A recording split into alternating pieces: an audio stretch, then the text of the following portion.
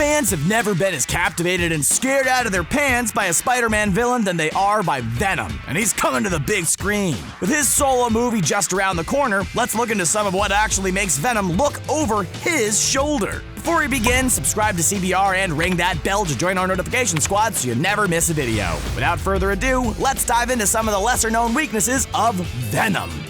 The suit is alive. Now, before we get started, we're mainly going to be making references to Eddie Brock, the first Venom, and that's the main character of the Venom movie that comes out this October. After Peter Parker separated with the symbiote he brought back with him to Earth, it began looking for another host and found that in Eddie Brock. The symbiote comes from an entire separate race that can copy a host's abilities. Peter found it very convenient that the suit seemed to make its own webbing and could turn into street clothing at will. So around the time Peter split from the suit, Eddie was carrying a hate torch for Spider-Man, who ended up exposing Brock as a fraud on a newspaper story. Once the symbiote bonded with Eddie, both of the consciousnesses joined to share an agenda to take down the web slinger. While Eddie Brock enjoys the partner he's gained, eventually the suit will turn on the host, and since the symbiote is alive, it eventually wants full control. This happened with Peter Parker, which eventually drove him to seek the help of the Fantastic Four to remove the symbiote from him. This isn't all bad if symbiotes are your thing. Some hosts like to feed into their alter ego to create something more chilling. Just ask Carnage or Toxin.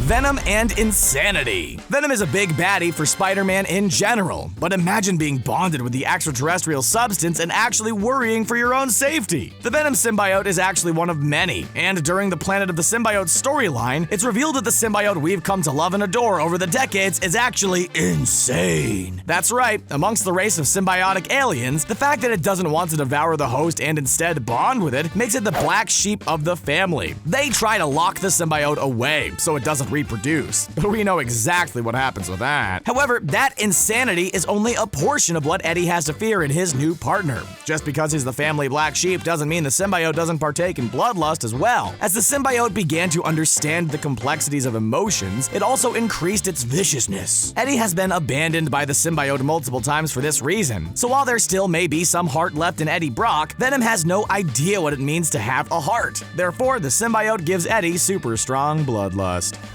Null. So, which came first, the chicken or the egg? In this scenario, it was neither, but instead there is Null, the god of the symbiotes. Yes, there is a symbiote god. Making his first appearance in Thor: God of Thunder, we know that Null is an evil symbiote that the other symbiotes turned against. They locked it up inside of the cage planet Clintar, until it was released hundreds of years later. Along with superhuman strength, Null has reflexes much quicker than that of a human and plenty of other alien races throughout the Marvel Universe as well. Alongside all of this, he has the ability to take remote control of whatever symbiote it chooses. This was shown by Null controlling a Tyrannosaurus symbiote and sending it on a rampage through Manhattan, leaving Spider-Man and Venom to team up to save the day. It's safe to say that Venom wouldn't have a good or easy time facing him. AntiVenom. So we know that a symbiote can both willingly separate itself from a host, or it can be ripped away by some other means. After a while, Eddie and the Venom symbiote we know part ways, and while the suit goes out to live its best life, Eddie returns to the decrepit state he was in before Venom arrived. He was just diagnosed with cancer and began working out intensely again. After a while, Eddie runs into Martin Lee, aka Mr. Negative, and he ends up activating latent Venom symbiote particles in his bloodstream. It ends up manifesting itself around Eddie, and he dons an inverse white Venom suit, dubbing himself AntiVenom. Along with the normal Venom powers, it has enhanced healing powers that were able to rid Eddie of cancer. However, thanks to contact with Mr. Negative, with too much use, its durability drastically drops down, making it vulnerable to destruction. Thanks to supervillain Freak, Norman Osborn was able to construct a poison that can temporarily destroy the suit.